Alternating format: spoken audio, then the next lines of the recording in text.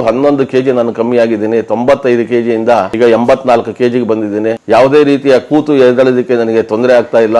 ಶರ್ಟ್ಗಳೆಲ್ಲ ಯಾವುದೂ ಆಗ್ತಾ ಇರಲಿಲ್ಲ. ಹೊಟ್ಟೆ ಸ್ವಲ್ಪ ತುಂಬಾ ಮುಂದೆ ಬಂದ್ಬಿಟ್ಟಿತ್ತು. 3 ಗಂಟೆ ಎಲ್ಲ ಈಗ 6 ಗಂಟೆ ಒಂದೇ ಸಮ ಕೂತ್ಕೊಂಡ್ರು ಯಾವುದೇ ಮಂಡಿ ನೋವು ಬರ್ತಾ ಇಲ್ಲ, ಕೈ ಉರ್ಕೊಂಡು ಹೇಳುವಂತ ಪರಿಸ್ಥಿತಿ ಬರ್ತಾ ಇಲ್ಲ. ದೀರ್ಘದಂಡ ನಮಸ್ಕಾರ ಹಾಕಕ್ ಆಗ್ತಿರ್ಲಿಲ್ಲ. ಈಗ ದೀರ್ಘದಂಡ ನಮಸ್ಕಾರವನ್ನ ಆರಾಮಾಗಿ ಲೀಲಾಜಾಲವಾಗಿ ಹಾಕ್ಬಹುದು. ನೋಡಿ ನನ್ನ ಹೊಟ್ಟೆ ಇಲ್ಲಿಗೆ ಬಂದು ಕಾಣೋದು ಈ ತರ. ಈಗ ನೋಡಿ ನನಗೆ ಶರ್ಟ್ ಎಲ್ಲ ಅಲ್ಲಾಡುತ್ತೆ. ಒಂದು 25 ಮೆಟ್ಲು 25 ಮೆಟ್ಲು ಇಳಿಬೇಕಾದ್ರೆ ಸ್ವಲ್ಪ ಆಯಾಸ ಆದಂಗ ಆಗೋದು. ಈಗ ನಾನು 10 ಸಲ ಮೆಟ್ಲು ಹತ್ತುತ್ತೀನಿ, 10 ಸಲ ಮೆಟ್ಲು ಇಳಿತೀನಿ. ಯಾವುದೇ ರೀತಿಯ ಒಂದು ಆಯಾಸ ಆಗಲಿ ಸುಸ್ತಾಗಲಿ ಏನೂ ಆಗೋದಿಲ್ಲ.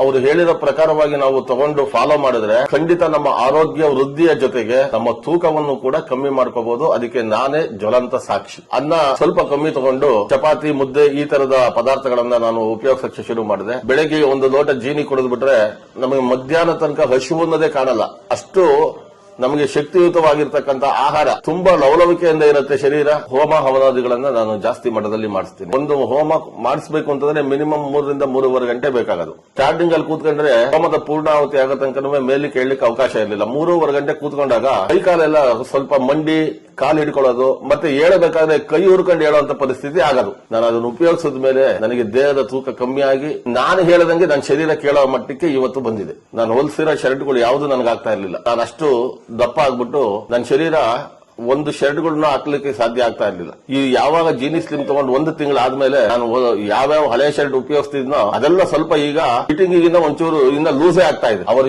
ಏನು ಮಾರ್ಗದರ್ಶನ ಕೊಡ್ತಾರೆ ಆ ಮಾರ್ಗದರ್ಶನದ ಪ್ರಕಾರ ನೀವು ಇದನ್ನ ಸೇವನೆ ಮಾಡಿದ್ದೇ ಆದರೆ ಅದರ ಒಂದು ರಿಸಲ್ಟ್ 100% ಗಿನ್ನ ಇನ್ನ 50% ಜಾಸ್ತಿ ಇದೆ. ಯಾವುದೇ ಸೈಡ್ ಎಫೆಕ್ಟ್ ಆಗೋದಿಲ್ಲ.